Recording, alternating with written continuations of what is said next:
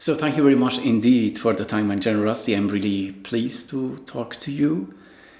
I have a very introductory note about you. You can add to that or update it if there is something missing.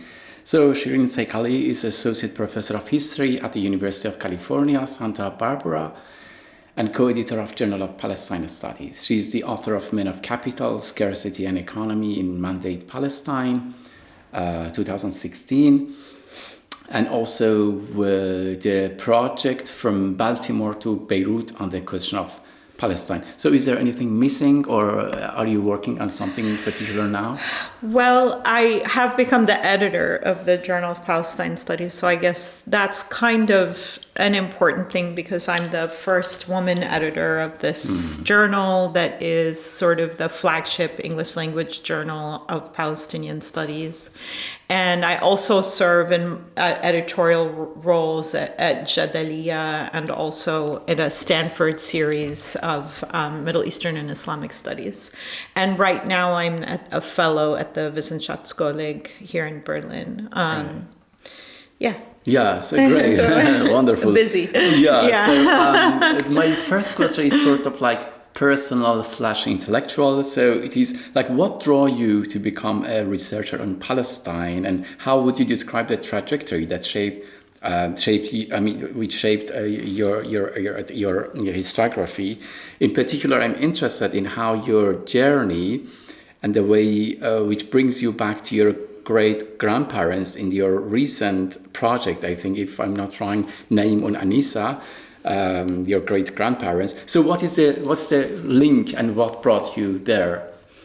So I would begin the journey in my childhood, being born into the civil war in Lebanon, to Palestinian refugees during a period known as the Palestinian Revolution, being very cognizant and aware of the loss of Palestine and of the pressing and urgent demand for Palestinian liberation on the one hand. And on the other hand, there's this quote, I think it's by Jung, that says something like, nothing informs the trajectory of a child as the unlived futures of their parents. And I think this kind of, I'm probably butchering it, but I think this kind of unlived possibilities is my link to both my ancestors and to the question of Palestine. And for me, the way that I approach history is to think about it as a place that allows us to understand not just what happened, but what could have happened. And I think in many ways, my relationship to the historical, and we talked about this a little bit before this when we were having lunch, which is that I never set out to be a scholar or an academic. If I had to describe myself, I would say I've been always looking for revolution and how to be a revolutionary.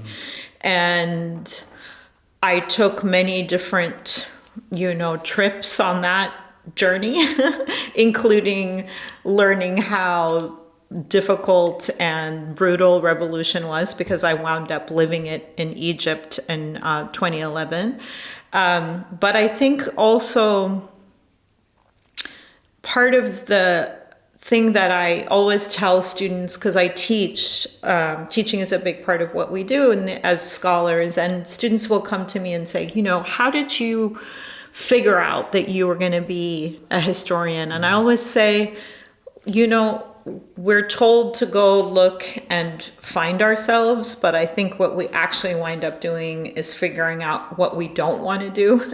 And in many ways, I feel like my journey to the place I'm in now has been full of contingencies and accidents and multiple different possibilities. At the same time that when I realized that I had written my first book about my great-grandparents without knowing it, that also challenged my thinking about contingency, in the sense that, yes, there are always multiple ways that your trajectory can go, at the same time that there are these abiding concerns that inform you. And sometimes they inform you in conscious ways, and sometimes they're subconscious. Yeah. Sure. Interesting. Thank you. So let me focus briefly on the 2016 book. In that book, Men of Capital, Scarcity and Economy in Mandate Palestine, there are different themes. I mean, among them, core themes are economic life under colonialism, the role of Palestinian elites, and how ideas of modernity and class shaped nationalist aspirations. You challenge, actually, the simplistic view of Palestinians as either passive victims or purely nationalistic revolutionaries, showing instead how they engage with capitalism, economic survival, and also governance in a complex net of power relations. So I would be really thankful if you could elaborate this network of issues and these core themes of the book in this regard. Sure. So, in a way, my journey to these sets of questions was also accidental. So I had initially wanted to look at something more, let's say, fashionable, and that was, the fashionable at the time that had really caught my attention, which was, how do we think about consumerism and the relationship between desire and citizenship, or desire and capitalism? How does the way that advertisers produce desire to become play a crucial role in both the formation of the self, but in political economy more broadly. So that was what I had intended on doing. And when I got to the archives, because my question had been posed as, for Palestinian citizens in Israel after 1948. So 1948, as you and I'm sure your followers know, is the year of the birth of the State of Israel, and as well as the birth of the Palestinian refugee condition. It's when 750,000 Palestinians become stateless refugees, and 150,000 become second-class citizens in what had then become the State of Israel. These are the people that are often in mainstream media called today Israeli Arabs, which is a colonial misnaming because they're Palestinians, Palestinians with Israeli citizenship. Right. So I had set out really wanting to do this project, and I started searching in the archive, and I realized if I do this project, I'm going to wind up basically studying the Israeli state. And I made a decision that, that wasn't the company I wanted to keep for the coming decade and a half. And I think this is a really important thing for scholars to think about, and especially when I work with PhD students, I advise that they work on something they want to keep company with. Because these projects, with historical projects in particular, it takes a while to get the research done and get a book out and all of that. So I had started finding in the archive all of these discussions, and basically at this point I was looking at periodicals. And I had started seeing all of these references to Arab chambers of commerce all throughout Palestine. And it really struck my curiosity, because I hadn't read about chambers of commerce in any of the history of before 1948 in Palestine, in British ruled Palestine. And that's how I set off on the project, asking these questions about who are the people in these chambers of commerce, what are they doing, what is their trajectory, how do they change over time. And it developed into really thinking about, as you said, an intellectual history in many ways, an economic intellectual history that was really trying to say that this interwar period that we've talked about in terms of what's called the Nahda, or the Renaissance, the intellectual and cultural Arab liberal project.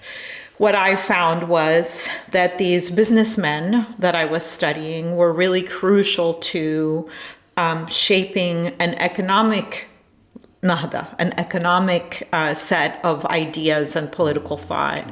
And I was really interested in the ways that they were thinking about profit and progress, the way they were thinking about nationalism, how they were understanding a kind of pan-Arab capitalist project, what was their relationship to the subaltern, how did they also understand British colonialism and Zionist settlement, and how did they shape something called a national economy. And at the same time, I found that parallel to this project was a domestic project that sort of domestic reformers, what we would call household management, were also busy shaping domestic economies, ways of ordering, standards and routines of counting and keeping track and accounting. So this part of the book is really trying to imagine what does it mean to tell our histories without always centering the British colonial official and the Zionist settler. It's not that we can ever silence those actors. They're really important.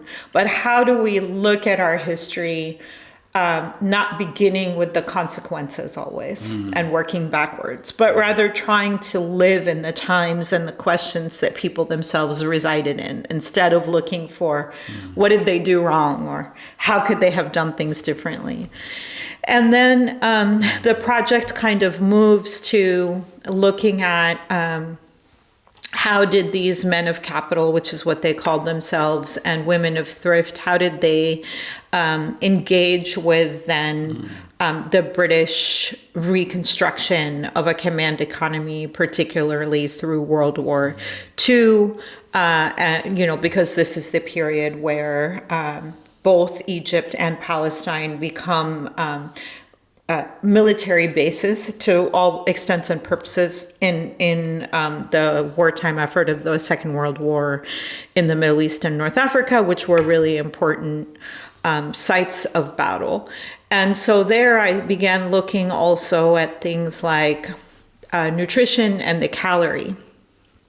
And one of the things that really struck me as I was doing this work were the parallel ways that British colonial officials were always in conversation with British government officials in London, in the way that those people were managing the poor. How do you manage the poor and the colonized at the same time? And what are the kind of common sort of threads in that? So gender was a very common thread, for example, that could often travel across lines such as colonialism and even in between European Jewish and Palestinian women in Palestine. So those are things that were really important to me to be thinking about.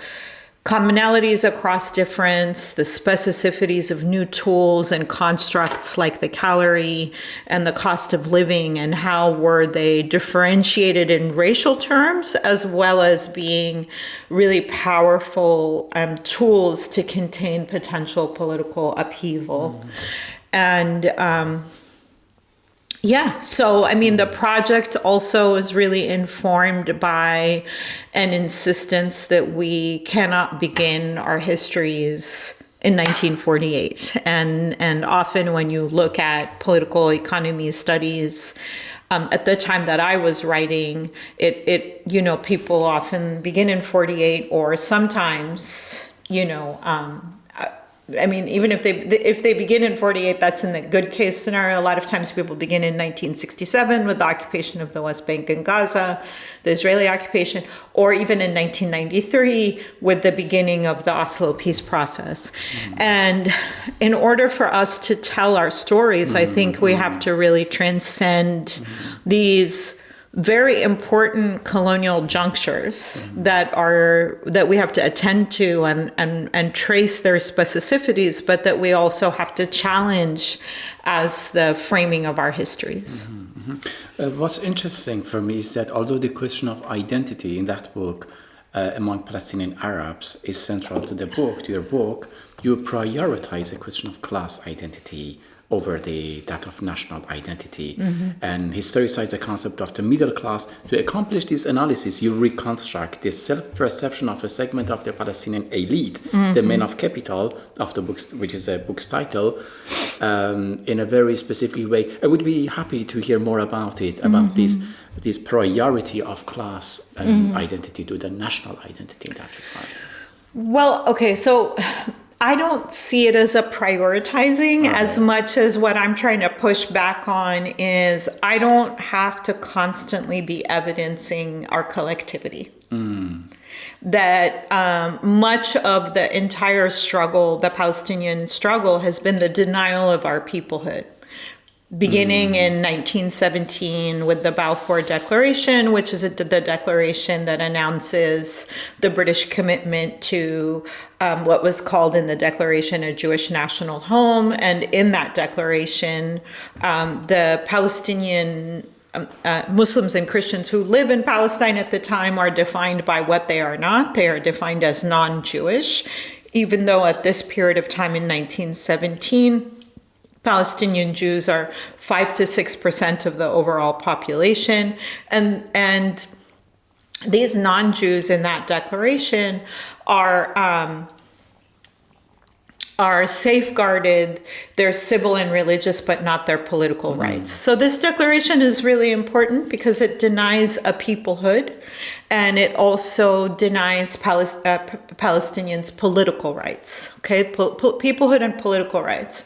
And these are very colonial understandings because, as we know, in the struggle, in multiple struggles globally, and we can talk about many of them, people who are subject to racialization, exclusion, oppression, colonization are often talked about as outside of history. So when the Zionist movement comes to Palestine, they say these people who live here, they are not a people. This is where the mantra, a land for a people, a land without a people for a people without a land, right? It's not that Zionists didn't know that there were people there. They just didn't see them as a people. So as a result of this kind of rhetoric that continues until the present with Donald Trump talking about moving these people from their lands in the Gaza Strip to create a Riviera, much of the reaction has been to say, no, we have always been a people, a nation. And my invitation, along with many other people, is to escape these logics of national confines, is to move away from constantly having to evidence our collectivity or to characterize it in particular ways, and then to fall prey to what nationalism demands of us, which is to homogenize ourselves. We've never been homogeneous. No one is homogeneous. The demand to be homogeneous, the understanding of difference and heterogeneity as a liability is a modernist impulse that erases everything that comes before it. And so for me, it is enough that these people have lived on their lands for hundreds of years without me having to prove that they understood themselves exactly as either imperial or nationalist forces drew lines on a map. The history is more complicated than that for all of us, not just for Palestinians. One. Two, the reason that I would say I look at class is because I think that we can't understand our present or imagine our future without critiquing who we are. We can't only think about, ourselves as exceptional and, a light onto the nations. We know what that kind of exceptionalism breeds. If we want to imagine different kinds of futures, we have to critique ourselves. And that's what I tried to do in this project. Now, I tried to do it in ways where we could take class seriously. And so in that sense, you had mentioned, you're looking at these elites. Yes, I am looking at elites, but I'm differentiating because the conventional historiography had flattened Palestinian social life to say that there are these elite notable families that are the big families who wielded power across generations and who were large landowners, the Husseinis, the Nashashibis, many different families. So the historiography said there are these notable families, and then there's all these peasants. And the notable families are,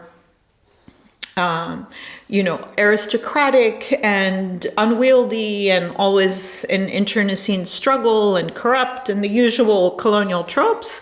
And the peasants are honorable but ignorant. And my intervention was to say, no, there's this whole thing in the middle that's happening that differentiates these people, where they're engaging with commercialization and industrialization and thinking about economic thought and the modernist project and so on and so forth. Not simply just to celebrate them, but also to critique them as architects of the present. And so Palestinian middle class figures and reformers, like everyone around them, in the Middle East and North Africa. And often I think this is another thing that I hope this book attests to, which is the ways that Palestine is isolated from its geographic and cultural surroundings that it's always a part of, right? And I think if I wanted to step back and draw out what were some of the main concerns in this interwar era and the main, let's say, failures, if we were to understand them in these terminologies, is that these middle class figures who were embarking on this liberal project understood the subaltern, the peasant, the domestic worker, the Bedouin, the laborer as objects of reform, not as subjects of history. Right. And so these guys and these women, when they get to the period of time, by the time of the Great Revolt from 1936 to 1939, which we often talk about as resistance to British colonialism and Zionist settlement, which it absolutely was and would become one of the longest and most entrenched battles in the interwar period against colonialism, it was also a social revolution. It was also waging battle against tax farmers and people who were keeping farmers and villagers in debt and these kinds of things. And that social upheaval was not particular to Palestine. It was happening all across the Middle East and North Africa. And we have to understand it to imagine a different future. And then the last point I'll make about why these actors and why is any of it important is because I think we often tend to think about capitalist transformation as being brought in by Europe to our parts of the world. And I think there are multiple now traditions and scholarship that has taught us that actually that's not how it worked. That in large parts of the world, and this is following Janet Abou-El-Quds before European hegemony, that capitalist transformation was happening through the commercialization of agriculture, not necessarily through large-scale industrialization as was happening in Britain and other parts of Western Europe. And so what is important to note here is that in Palestine, as well as throughout the Middle East and North Africa, from Morocco to Iran, what you see is these transformations in capitalist transformations that are around the commercialization of agriculture and the way that land confiscation is taking place. So that farmers and villagers are already in the process of being dispossessed through these shifting logics of private property before Europe comes in with all of the kind of dominance and hegemonic forms that change our history. And this is why when you get into the, period of the 20th century and you see all of these kinds of military revolutionary figures that by and large all become authoritarian, one of the first things they do is land redistribution. Because in so many of these contexts, a small percentage of people own a large percentage of the land. This was the case in Iran. This was the case in Egypt. This was the case in Iraq. This was the case in Syria. So it's important for us to hold all of these complexities at the same time and see our histories as connected. Fascinating. I mean, what I find really interesting in this argument, this set of arguments, is the fact that you sort of are tackling with or even opposing, let's say, this exclusionist view of Palestine or understanding of Palestine, which on both sides, not only from the imperial side, but also from the side of this nationalist passive, let's say, view that they had no role, there is no background, there is no history, although it is very relevant today. But I think in the beginning of our conversation, you mentioned, en passant, you mentioned the word desire. I think I see that even there, like you're talking about a kind of historiography that merges desire, that also accept desire, engage with desire. By desire, I mean the active role of Palestinians. Totally. Not that everything has been imposed in a kind of nationalist discourse, but I mean, what you prefer to you call it a people. I mean, a people is very much coming from the role of desire. I want to say that the primary issue for you was desire, and I see it even here. Interesting. Yeah, that's a really compelling invitation that I'll have to think about more. I mean, I feel that Palestine is deeply specific in all of the challenges that we face today and all of the challenges that we face historically. At the same time that it offers us many different invitations for our present and our past. And for me, the most compelling invitation is not to synonymize nationalism with politics. That we have to imagine the political in the ways that the people we study imagined it. And I think this is also the case in the present, that the invitation Palestine offers us is that nationalism or the nation state and or its lack can't, that's our problem. It can't also be our solution. Now, what is our solution? I have no idea. But I think that we have to be imaginative. And I think, I'm going to think more about this question of desire and how it motivates me. Thank you for that. Yeah, sure. I mean, we come back to that. I mean, as a digression, I will come back to that later, certainly. But I mean, a lot of the things that you're talking about, you're addressing in your project is and are actually very relevant today. I mean, I've written here mass expulsion of Palestinians goes back to, I mean, many decades. The Gaza Strip didn't exist, actually. There was always Gaza. Yeah. And the reason we have the Gaza Strip today is because of Nakba. Correct me if I'm wrong. Absolutely. I mean, it was the forcible mass expulsion of people from the British Mandate of Palestine that became the state of Israel. From the beginning, Israel felt worried for its security being threatened by these refugees who actually used to live there and are now expelled. Israel put forward proposals as sending them even to Libya or to Iraq and other places in 1967, after Israel occupied Gaza Strip. There were negotiations between sending them to various places. As distant as Paraguay, I read somewhere, about 750,000 people were actually dislocated, as you already. Why are these facts still relevant today? I think they're relevant because I think the Zionist movement, which we should be very, very astute and vigilant to historicize as a movement that begins in the late 19th century in response to European anti-Semitism, that is both born of the problem of European hierarchy and European racialization and European exclusion that determines and positions Jewish people in Europe as an Oriental other to be excluded and racialized and ultimately victims of genocide.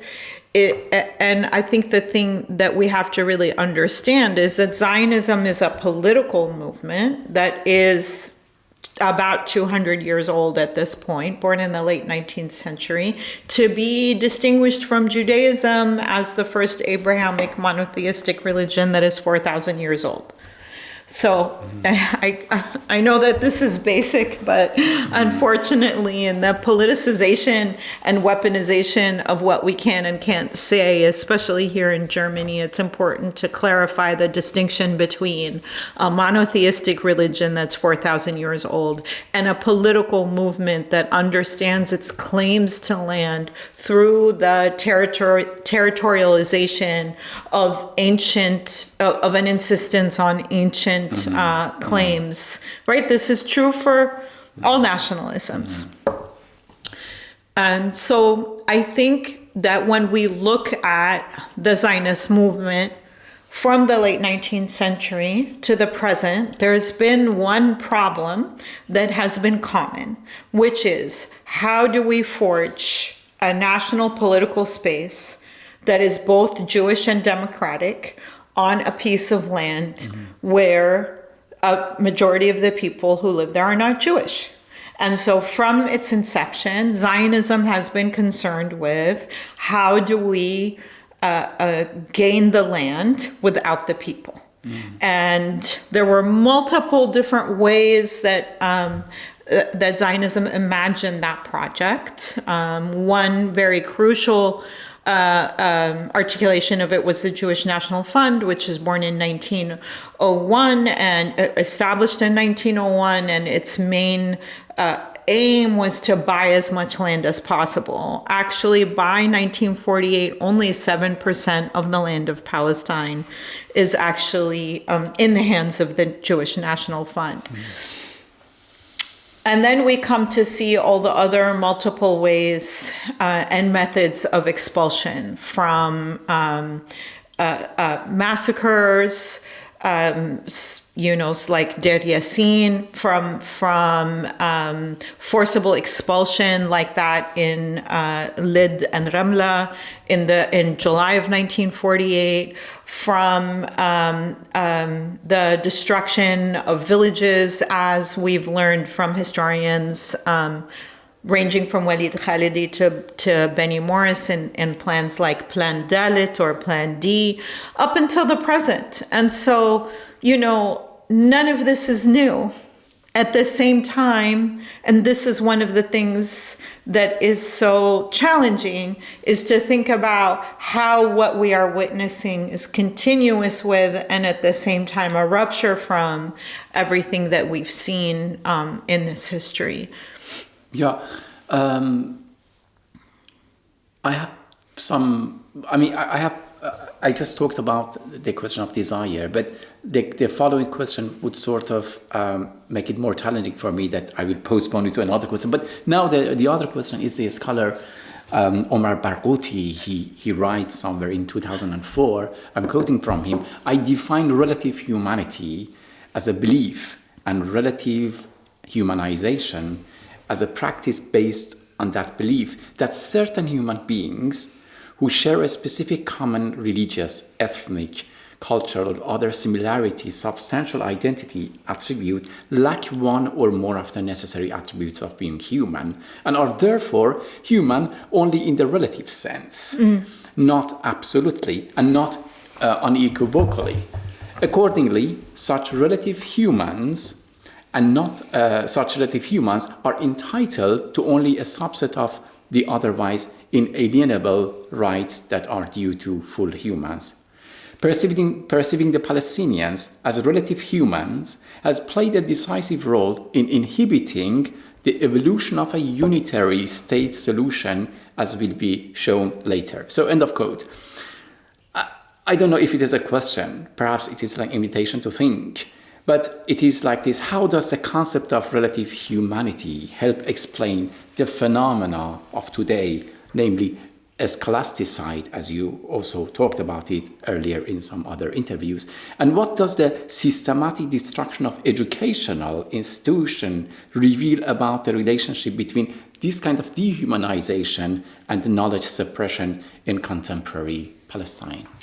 Great. So I would say that this puzzle of the human is one that is something that we continue to struggle with. And thank you for sharing the Omar Barghouti sort of thinking through the relative human, which is powerful. I think also what has been very powerful for me is to read alongside Black feminists like Sylvia Wynter and Hortense Spillers and others who really teach us about this idea of the human as a spectrum that can be, the attempt to exclude people from the category of the human is a long historical strategy for equipping different kinds of freedom and unfreedom, from enslavement to occupation. And I think someone that I have been inspired by is my colleague and friend Samira Smir, who has written this work called Juridical Humanity, which is a book about how colonial law in Egypt, British colonial law in Egypt, attempts to assign the category of the human or take it away. And what I understood from that book and its engagement with many anti-colonial thinkers is the lesson that I hold very tightly, which is that a colonial power or a national power or any other kind of power cannot give or take away your humanity. So I don't even use the language of dehumanization. I reject that language in the sense of I am not going to cede the ground to prove to you that I am a human being worthy of full citizenship. Not to you, Mandi, but I am not going to engage the denial of my personhood by proving my personhood. I am going to insist on my personhood. I am going to resist that logic. And I think for me, that's how it's a really kind of grounding principle for me in my own political work, which is because I think that the colonial condition often positions us as lacking, and we're rushing to prove we're not lacking. And I think a better place to start is to start from our abundance, the abundance of our histories, of our possibilities, of all the things that could have been and all the things that might be, including our differences, including our class divisions, and in this project that I'm working on now, our racial divisions as well. And so I think for me, one of the ways to think about and to continue to, not just to think about, but to survive throughout the day. In the last 16 months, I don't know if people understand the extent to which we're all in this kind of interminable grief, as my friend Noor Arakat always says, it's like I'm at a funeral every day, every moment. We've lost over 60,000 people and counting. And we've seen it every day for 16 months at the same time that we're being told that what is violent is the language that we use to describe what is happening and not what is actually happening. And so to me, there's a logic there that I'm not going to wade into. I'm going to try to reject. And it's a logic that isn't specific to me and my people, but that my people can teach other people about, right? In the sense of, if all the things that have been possible for Israel to do to Palestinians in the last 16 months that they have been able to do with impunity are an indicator for the rest of us. It's not just about Palestine. And we have to pay attention to those questions. For the point on scholasticide, And I imagine that this is that your reference to it is about this resolution against scholasticide that the American Historical Association business meeting passed in January of this year. It was a basic resolution that was not even really, it didn't even mention the word genocide, or even wasn't completely clear on the question of intent behind scholasticide. And I'll just step back to say scholasticide is a term that was coined by the political theorist Karma Nobulsi in 2009 to describe Israel's intentional destruction of the educational infrastructure in the Gaza Strip at that time. And what had happened in the American Historical Association, which is the oldest learned society continuous learned society in the United States and has something like 10,000 members, is, this is a conservative association, and there was a business meeting of over 500 people, and 82% of the people voted with the resolution. Which essentially committed to condemning scholasticide and the possibility that we would support the revival of the educational infrastructure in the Gaza Strip. And unfortunately, the Council of the American Historical Association had three choices. It could have passed the resolution, it could have taken it to a member vote, or it could veto it. And it vetoed it. And it vetoed it in ways that were deeply problematic and relied on the Palestinian exception, let's say, which, if we wanted to define that exception really briefly, would be to exclude Palestinians from the category of the human. So, just to give that summary of the scholasticide resolution, we can talk more about it if you want, but the thing I want to just end with here is that, again, this question of continuity and rupture. So we know that in the beginning of this genocide in October 2023, there were two main targets that Israel aimed at: hospitals and universities and schools. And the aiming at universities and schools and archives.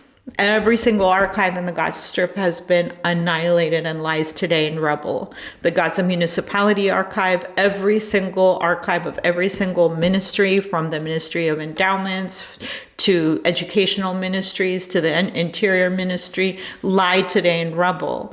That there is the targeting here of knowledge. It is the targeting of the possibility to teach about the past, to understand the present, to imagine the future. And again, this isn't exceptional to this moment. Every single attack, Israeli attack on Palestine and the Palestinians, has targeted an archive. And that is intentional, because what is in the archive and the possibility, even the insistence on Palestinian history, is a threat to settler colonialism. And in all of this despair and horror, somehow we have to find the strength in the conviction that the archives and that the stories that we tell reside in us, and that you cannot dispossess us of that history. In the paradigms of settler colonialism, that makes absolute sense to me, Sherene, that they really demolish and obliterate the knowledge. Because I go to the concept of grievability in Judith Butler there, which, you are grievable if there is any knowledge about you. I think the reason they can demolish the whole knowledge is that they make you ungrievable. I think that's why I really appreciate your point about abundance, because it's a way to resist that lack discourse. Yeah. But what they are doing is absolutely sensible in that paradigm. You are grievable as long as there is knowledge about you, there is archive about you.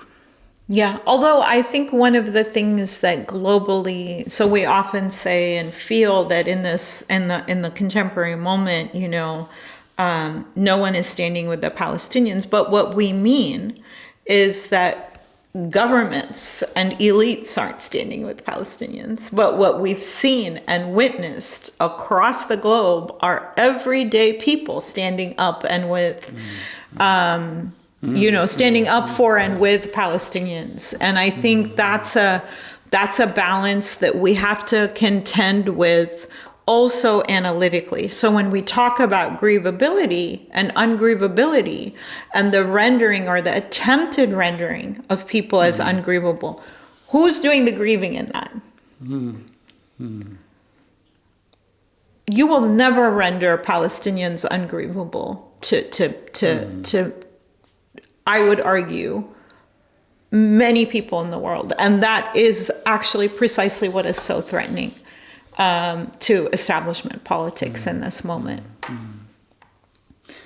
I'm quoting here, the British Mandate Memorandum rendered Palestinians nameless, defining them by what they were not, partitioning people into categories of Jewish and non-Jewish, deserving and undeserving, while erasing Palestinians as political subjects in the context of, that was the end of quote, sorry. Now in the context of turbo capitalism, as they call it, an accelerated profit-driven system that drives on deregulation and exploitation, we see a similar process today in Gaza, where real estate interests and military power have turned the site of genocide into a speculative commodity. Trump's plan to segregate and forcibly relocate Palestinians was an explicit continuation, with some changes although, of the logic of Biden.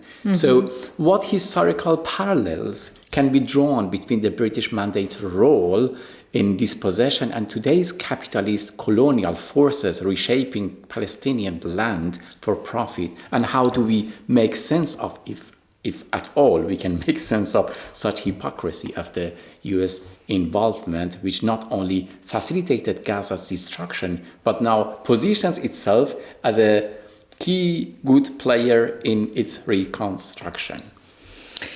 Sorry if there's a... No, it's a really powerful question that I'm not sure I have all the answers for. I'll just say that the quote is about the Balfour Declaration of 1917, which becomes the foundation of the juridical structure of British colonial rule in Palestine. I would say that for me, in this moment, there are a lot of things that have died in Gaza, not just Palestinians. International law has died there. The rhetorical impulses and labor around human rights, all of the institutions that came out of the World War II moment, that came out of the incredible rupture of the Shoah and everything that it revealed, and all of these mechanisms that people so carefully shaped in that post-World War II order, that were nevertheless, of course, colonial in their outlook and conditioned by a kind of racialized civilizational hierarchy. Those two have died. So when we hear the argument that Israel is the last vestige of, that Israel is fighting for Western civilization in its genocide of the Palestinians in Gaza, what I have come to understand is, okay, yeah, thank you for clarifying to us what precisely is Western civilization. In other words, maybe it's time to not think of this as hypocrisy, to actually think of this as what this kind of claim to civilization stands for. And what it stands for is this mass violence, this expulsion, this brutality, keeping, over 2 million people besieged for 17 years on a diet, as Israeli officials would put it, and then to essentially have a nuclear power continuously bombard a besieged strip of land for 16 months and then call that battle for Western civilization. Maybe it's time to take that for what it is. You know, like the lesson that we learned, that people have taught me, dear friends have taught me, is when somebody exposes themselves to you, believe them. And so I feel like we're in one of those moments, and I think you're absolutely right. I think Biden should go down in history as somebody who enabled one of the worst genocides of the 21st century, shamelessly, relentlessly. And I think, Donald Trump will continue that in additional ways that we have yet to imagine. And I think that, when you say, well, how do you make sense of this? I think that it's this feeling that I think many of us have, which is that we're shocked but not surprised.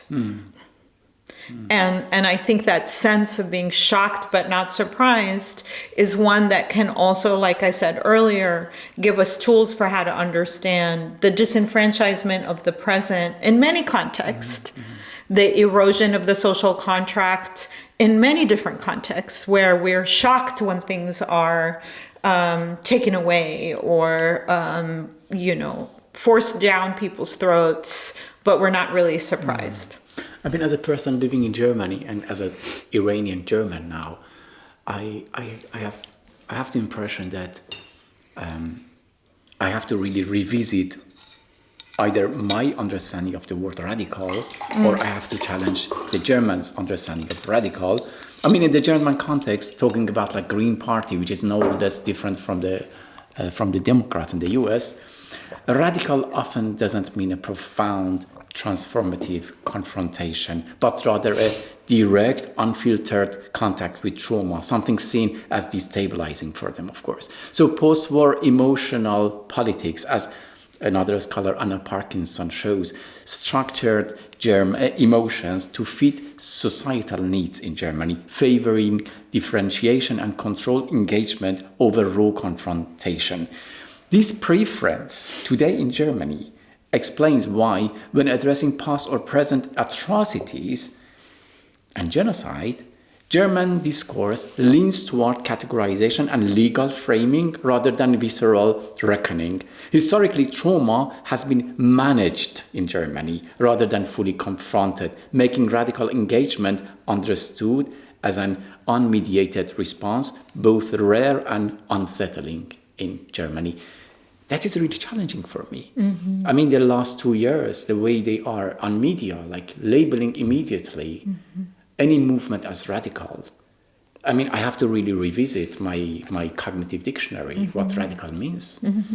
The funny thing, though, and the absurd and hypocritic thing is that on other issues, they can immediately react. But when it comes to Israel, it has to always be mediated. It has to be postponed until the things are safe and sound and no more harmful. So I'll say, 4 things. One, I'm an observer in Germany and have decided since I've been here in September really intently to remain on that sideline, because I feel like the struggle with and against white supremacy here is far beyond my capacity to engage. I kind of have decided, I'm going back to the US and I'm going to try and be here in a much more observing mode.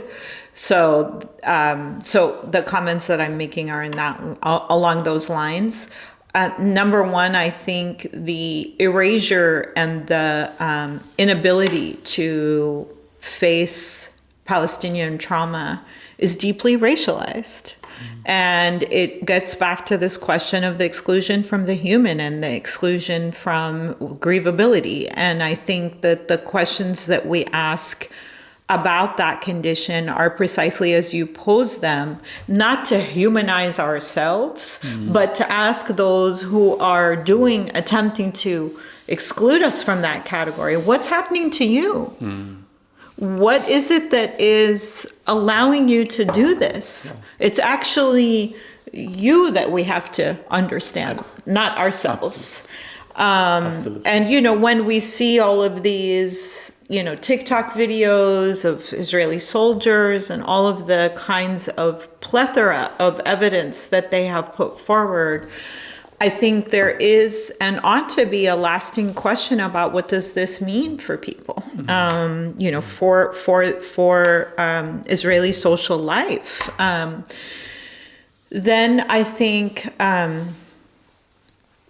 so there were two other points. This question, I think, about the specific context of Germany. There's a colleague here at the Wissenschaft who put it to me this way: Germans are learning all the wrong lessons from their history, and I think the right lessons are that taking ethical positions means taking it when it's difficult to take it, not when it's easy to take it.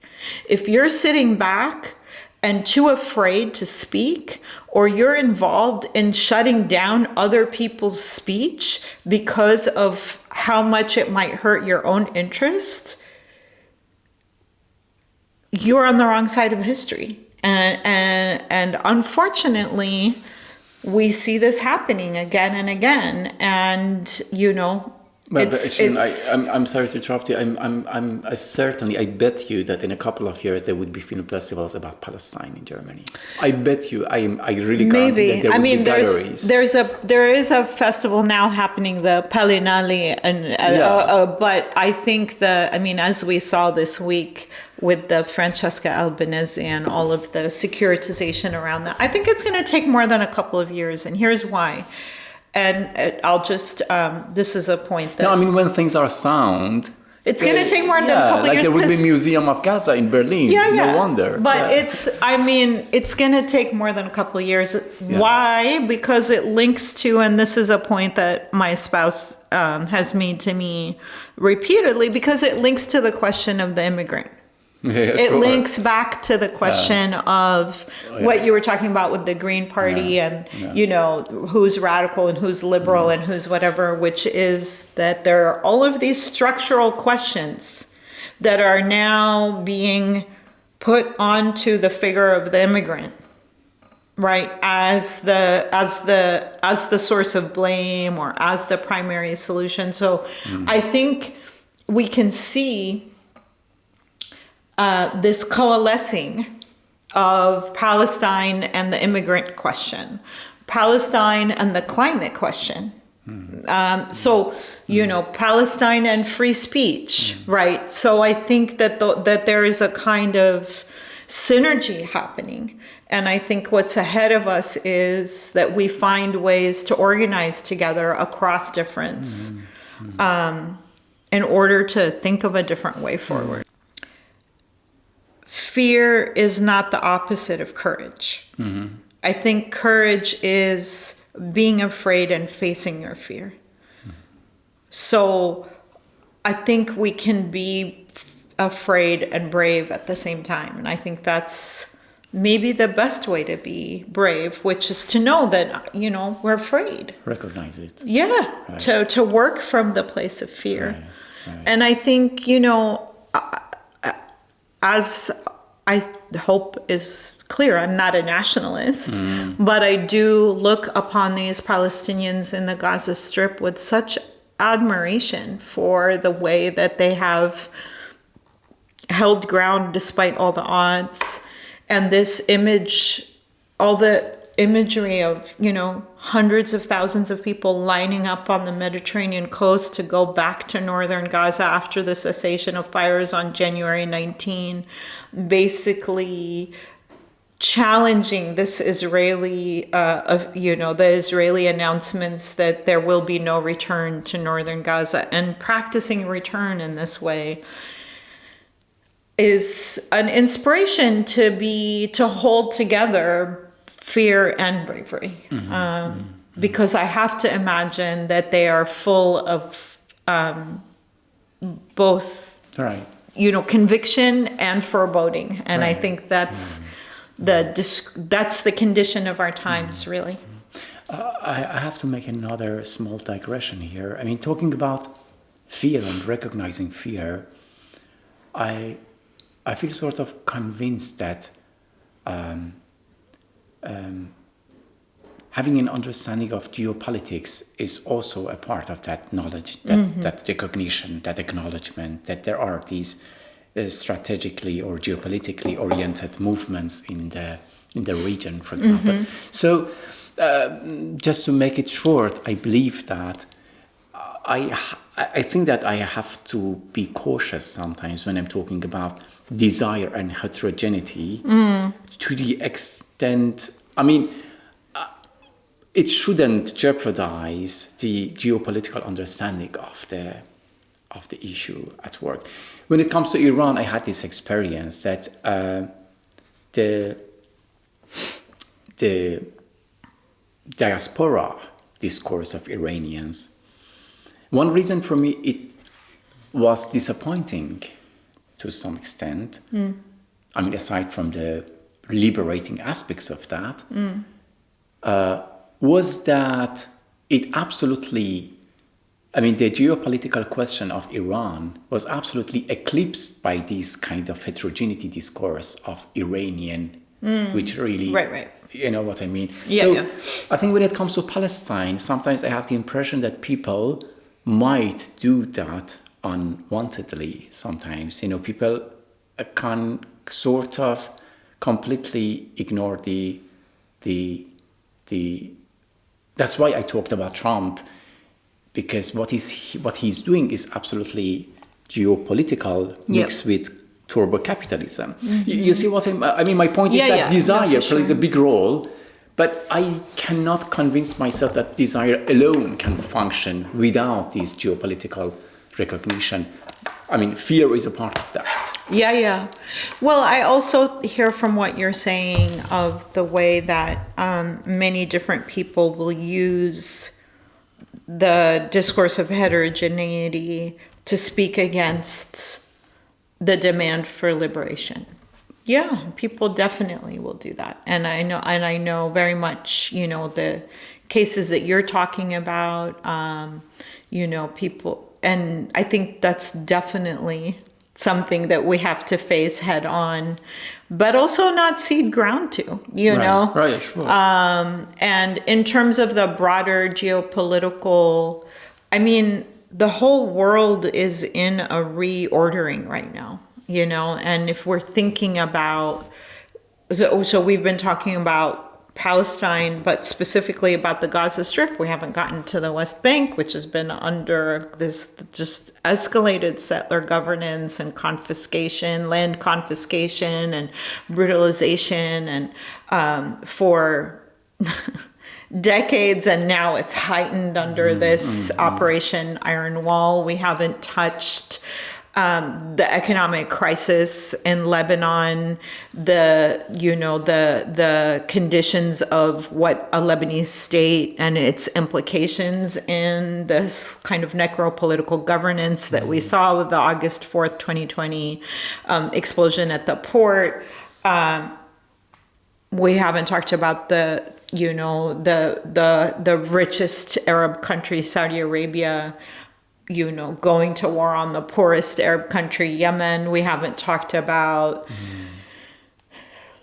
all of these, Syria, all of these kinds of multiple catastrophes that are accumulating, Iraq. And I think, so that's, you know, Iran, you know, woman life, freedom, the internal upheaval, the external pressure, the Iran-Israel deterrence war, the complete kind of, you know, attempted, you know, decimation of the axis of resistance, all of these things that are going on at the same time now that it's escalated by a U.S. administration that for all intents and purposes appears to be changing decades of U.S. policy.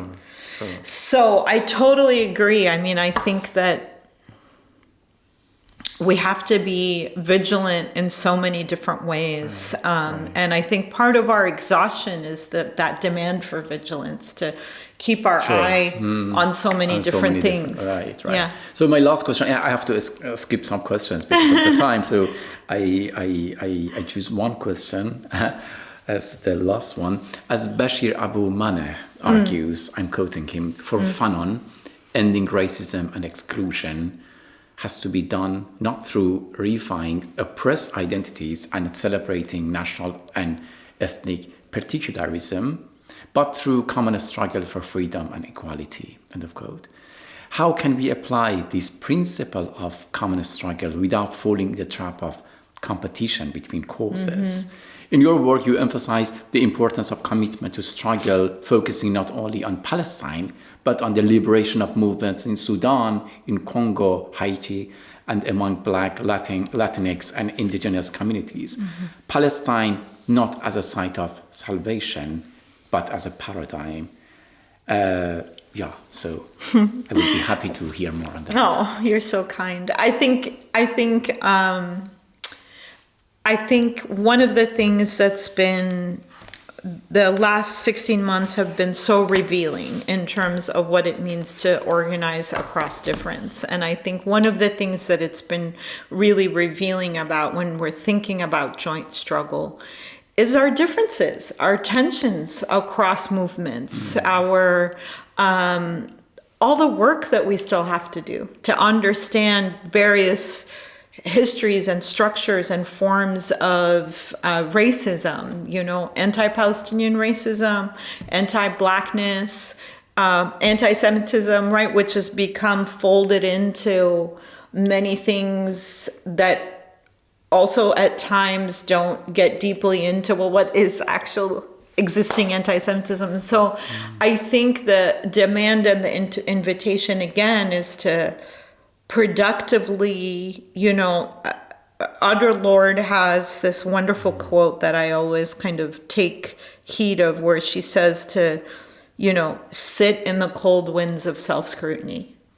And I think that self-scrutiny is really what we have to take in, not just to our research, but to our organizing spaces. And I think it's only through those really cold winds that we can try and build across movements, by asking the hard questions of ourselves. Thank you very much, Sherene, for this generous conversation.